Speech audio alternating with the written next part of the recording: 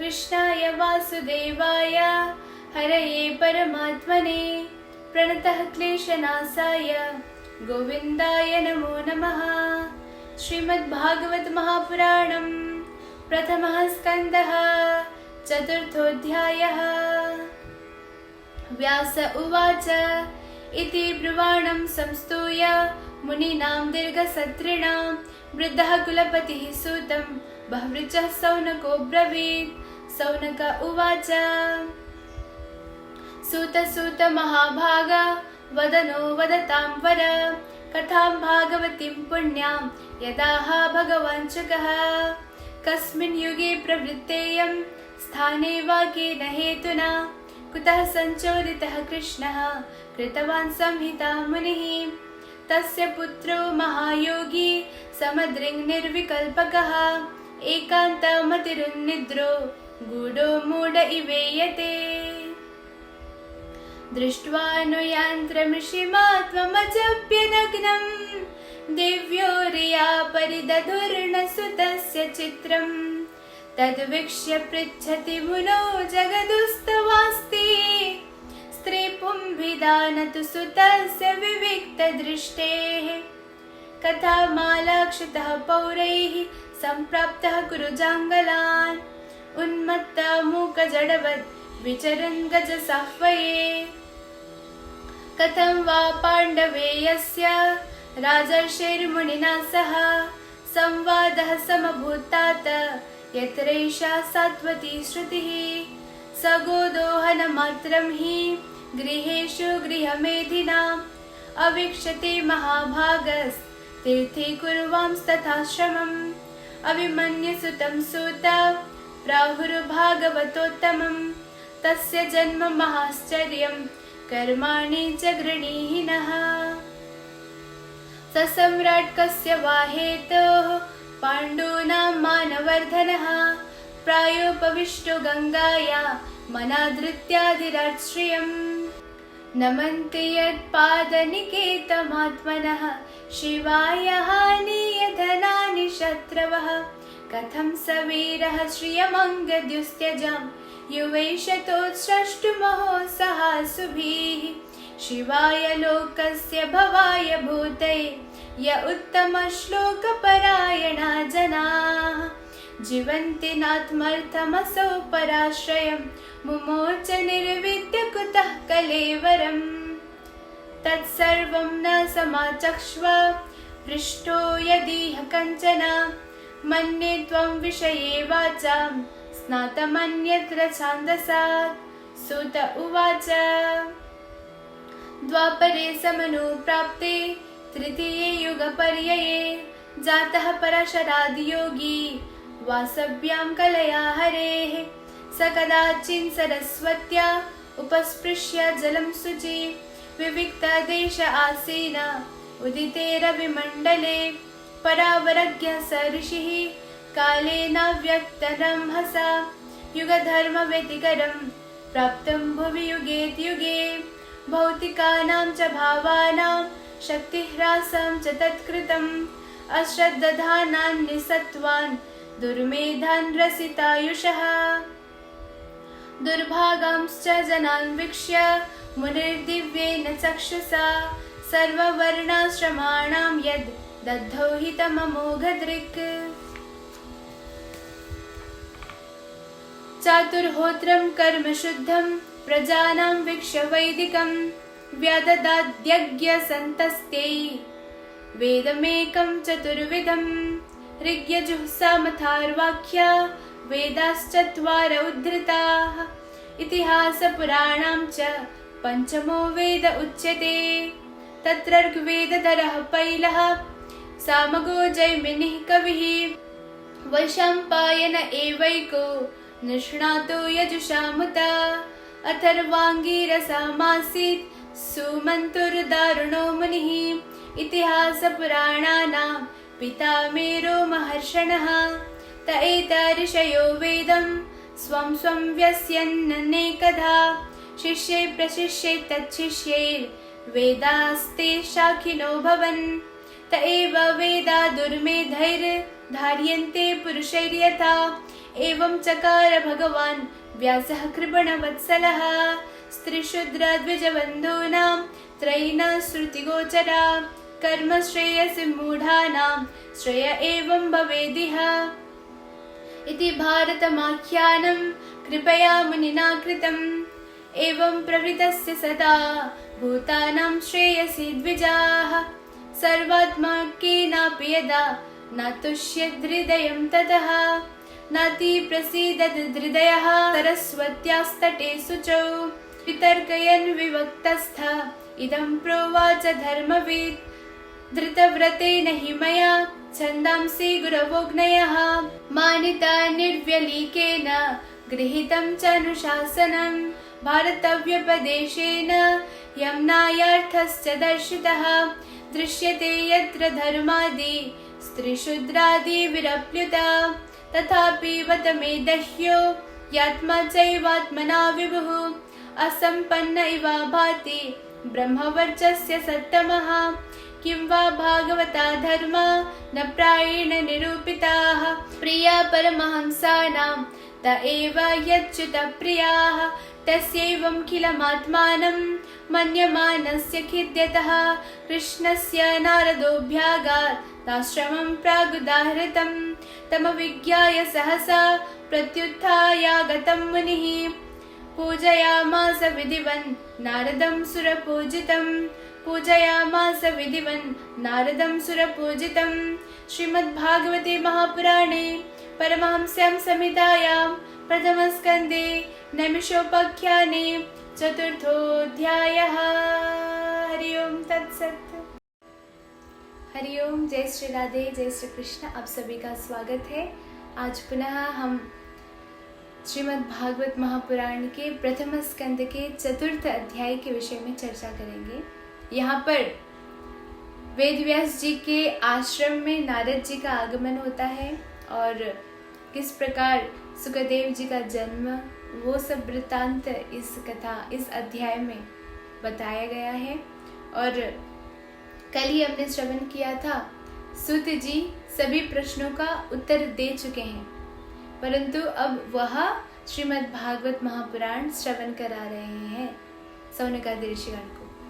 तो ऐसी सभा में, ऐसे मुनियों की सभा में इस प्रकार उपदेश कर रहे सूत जी को सभी सौनकादि ऋषिगण संबोधन करते हैं। जैसे महान व्यक्ति हमारे घर में भी आते हैं तो हम उनका अभिनंदन करते हैं, स्वागत करते हैं, और सभा में भी जो मान्य जन होते हैं उनका हम संबोधन किया करते हैं। उसी प्रकार सौनकादि ऋषिगण भी सूत जी का सम्मान करते हैं, संबोधन करते हैं और कहते हैं, आप वक्ताओं में सर्वश्रेष्ठ हो। हे सूत जी, आप अत्यंत उत्तम कोटि के वक्ता हो। आप हमें भगवान की वह कथा सुनाइए जो सुखदेव जी ने परीक्षित जी महाराज को श्रवण कराया था। सौनकादि ऋषिगण भी बहुत विद्वान थे, उनको बहुत सारी ऐसी बातें पता थी पहले से ही। वो कहते हैं कि कौन से स्थान पर, किस स्थान पर सुखदेव जी और किस कारण से और कैसे आरंभ हुई ये श्रीमद् भागवत महापुराण, और सुखदेव जी ने महाराज परीक्षित को कैसे सुनाया। आप कृपा करके हमको बताइए, क्योंकि हमने सुना है जैसे ही सुखदेव जी का जन्म हो जाता है वो कहीं भी आसक्ति भेद नहीं करते हैं, किसी पर भी आसक्त नहीं होते हैं, किसी का भेदभाव नहीं करते हैं, और जन्म होते ही वह सब कुछ त्याग करके वन में चले जाते हैं। और वन में जब जाते हैं वहाँ पर एक सरोवर होता है, सरोवर में अप्सराएं निर्वस्त्र होकर के स्नान कर रही होती हैं, और ऐसी अवस्था में सुखदेव जी भी निर्वस्त्र थे।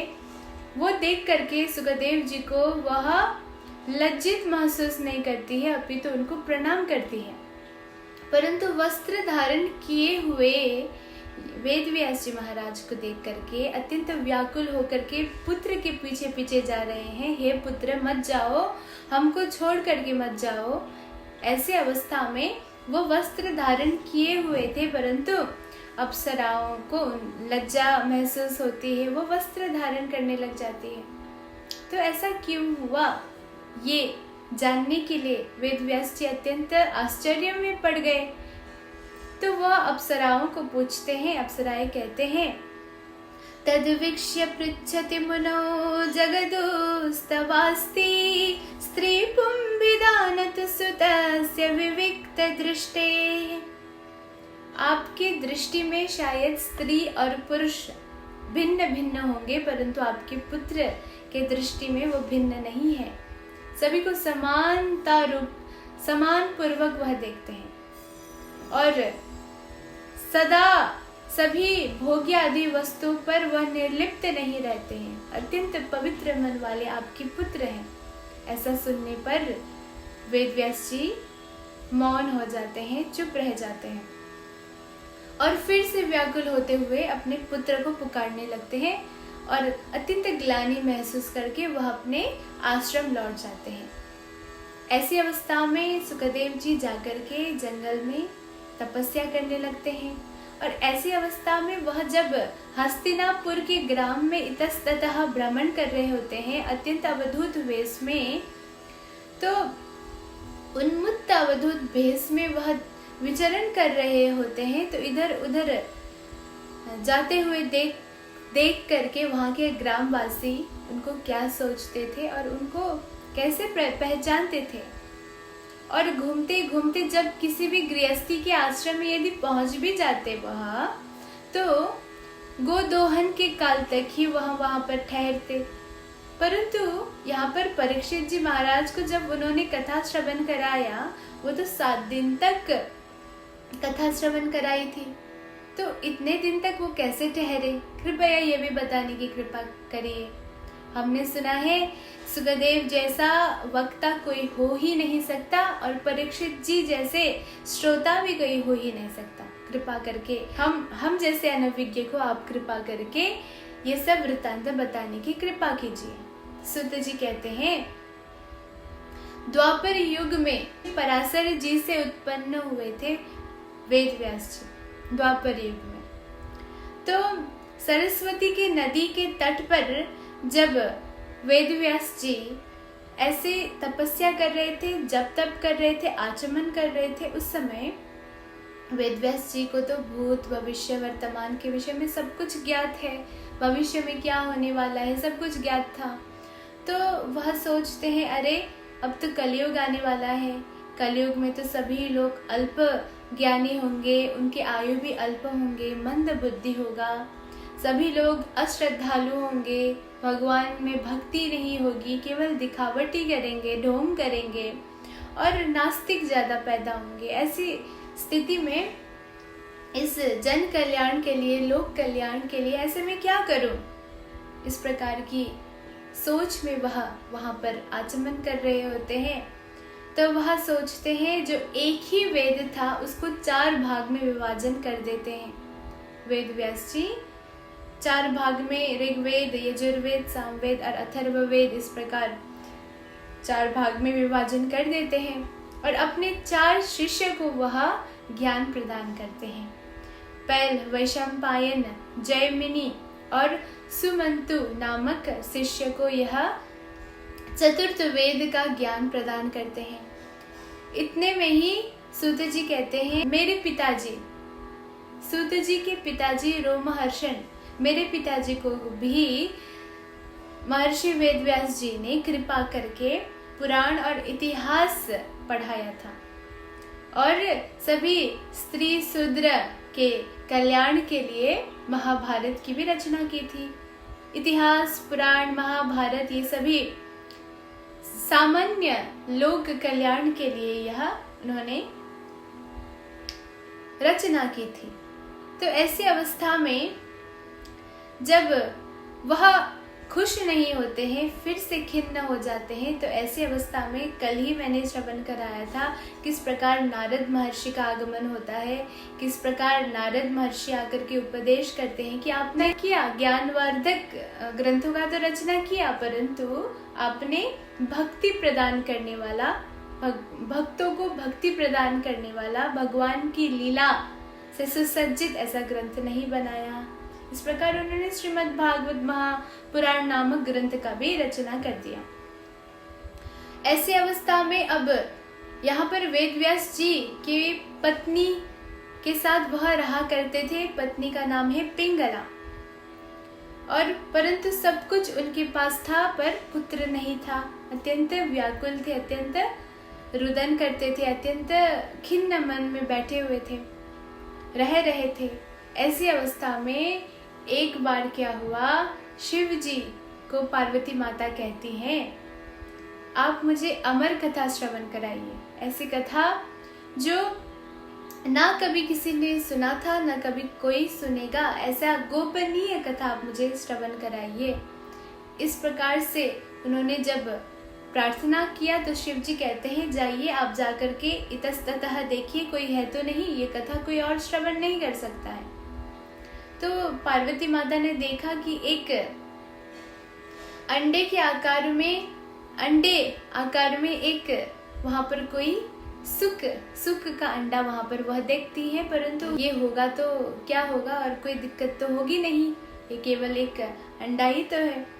तो वो उनको नजरअंदाज कर देती है और वो जाकर के कहती है, कोई है ही नहीं, कोई नहीं सुन रहा है, आप कृपा करके कथा श्रवण कराइए। तो वहां पर भगवान शिव जी कथा श्रवण करा रहे हैं और पार्वती माता श्रवण कर रही हैं। कथा श्रवण करते करते वह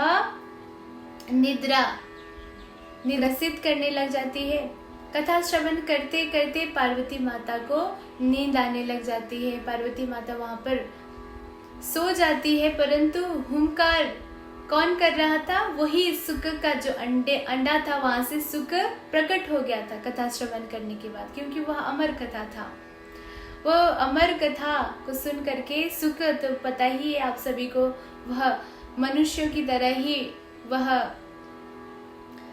आवाज निकाल सकता है, मनुष्यों की तरह ही वह शब्द ध्वनि का संचार करता है।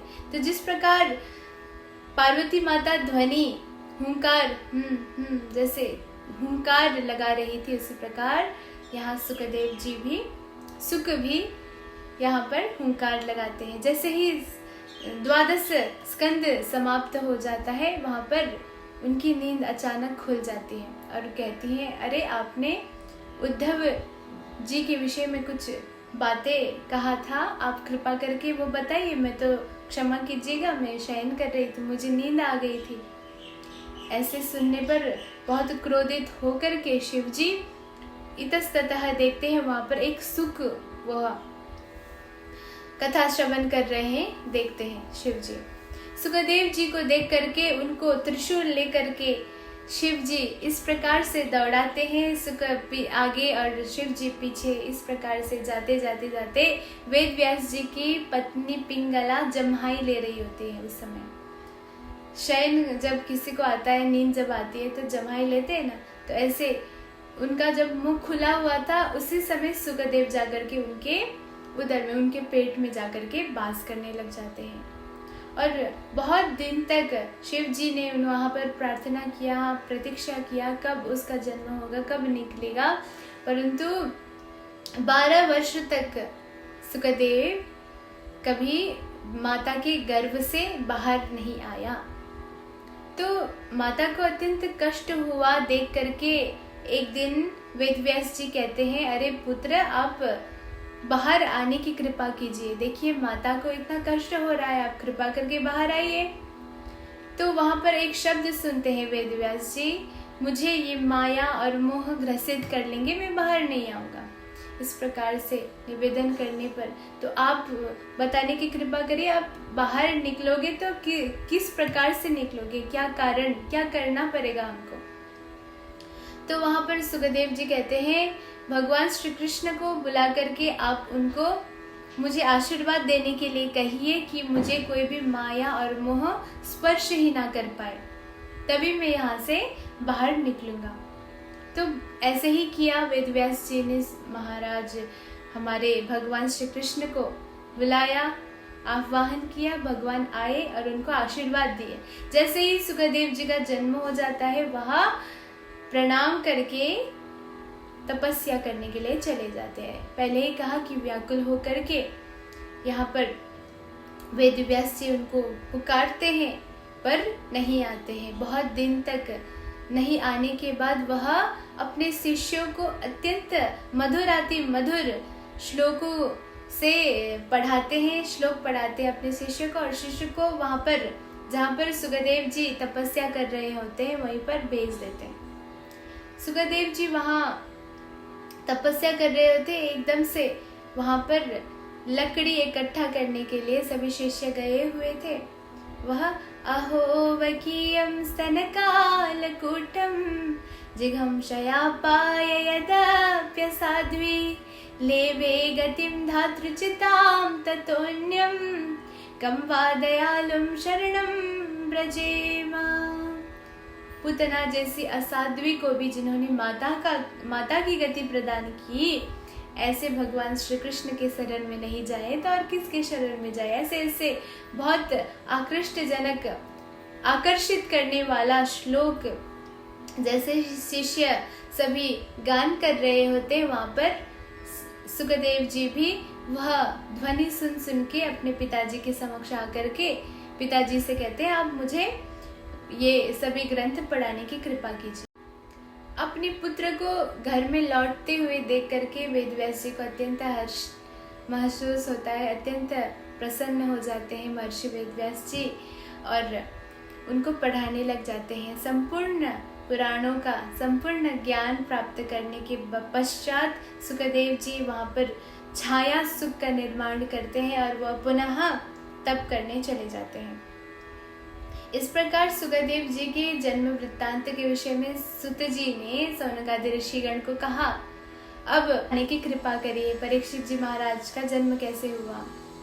उत्तरा के गर्भ से परीक्षित जी महाराज का जन्म हुआ और परीक्षित जी महाराज का नाम भी इसीलिए हुआ था क्योंकि जन्म से पहले ही उन्होंने भगवान का दर्शन किया था। प्रश्न पूछते रहते थे कि आप ही भगवान हो, क्या आप ही भगवान हो। इस प्रकार से पूछने पर उनका नाम परीक्षित हो जाता है।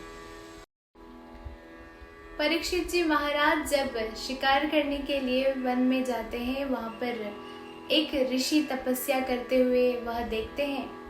उस समय कली का आक्रमण हो चुका था, कली प्रवेश कर चुका था, कलियुग लग चुका था। तो कली का वास पहले ही मैंने कहा था कि कली का वास सोने पर होता है और महाराज परीक्षित ने सोने का मुकुट धारण किया था। इस कारण से उनके सिर पर ही कलियुग का बोझ था, कलियुग सवार था। इसलिए वह ऋषि को तपस्या करते हुए देखकर एक मृत सर्प उनके गले में डाल देते हैं और उन ऋषि के पुत्र का नाम था श्रृंगी। जब ये सब कृत्य कर्म देखने के बाद ऋषि के पुत्र श्रृंगी को अत्यंत क्रोध आता है और वह एक श्राप दे देते हैं, जिस किसी ने भी आपके ये दशा की है उसको 7 दिन में तक्षक नामक सर्प डस करके 7 दिन में ही उसका मृत्यु हो जाए। जिस किसी ने भी आपको इस अवस्था में डाला, इस परिस्थिति में डाला, उसको उसका मृत्यु 7 दिन में ही तक्षक नामक सर्प के डसने से हो जाए। इस प्रकार वह श्राप देते हैं श्रृंगी और वह श्राप सुनने के पश्चात परीक्षित जी महाराज संपूर्ण राज्य को त्याग करके वह वन में चले जाते हैं और गंगा के तट पर बैठ करके अन्न जल सभी त्याग करके वहां पर कथा श्रवण करने के लिए एवं जीवन को किस प्रकार वह अंत करे, उनके पास केवल 7 दिन था। तो 7 दिन जिस प्रकार से अगर हम देखें तो हमारा भी 7 ही दिन होता है। सोमवार, मंगलवार, बुधवार, बृहस्पतिवार, शुक्रवार, शनिवार, रविवार, इस प्रकार 7 दिन हमारा भी होता है। हम अपना कल्याण कैसे करें? तो म्रियमाणस्य किम कर्तव्यः, मरने वाले व्यक्ति, हम सभी तो मरने वाले व्यक्ति हैं, तो हम सबका क्या कर्तव्य है? यही जब वह वहां पर सोच रहे थे, चिंतन कर रहे थे, उसी समय श्री कृष्ण स्वरूप सुखदेव जी का वहां पर आगमन होता है। वहां पर वह संपूर्ण श्रीमद् भागवत महापुराण उनको श्रवण कराते हैं सुखदेव जी महाराज परीक्षित को और वह मुक्ति हो जाते हैं, वो मुक्ति को प्राप्त करते हैं। तो आइए इस प्रकार श्रीमद् भागवत महापुराण के प्रथम स्कंद के चतुर्थ अध्याय का भी हम विश्राम करते हैं। कल पुनः पंचम अध्याय लेकर के आप सबके समक्ष में प्रस्तुत होंगी। राधे राधे।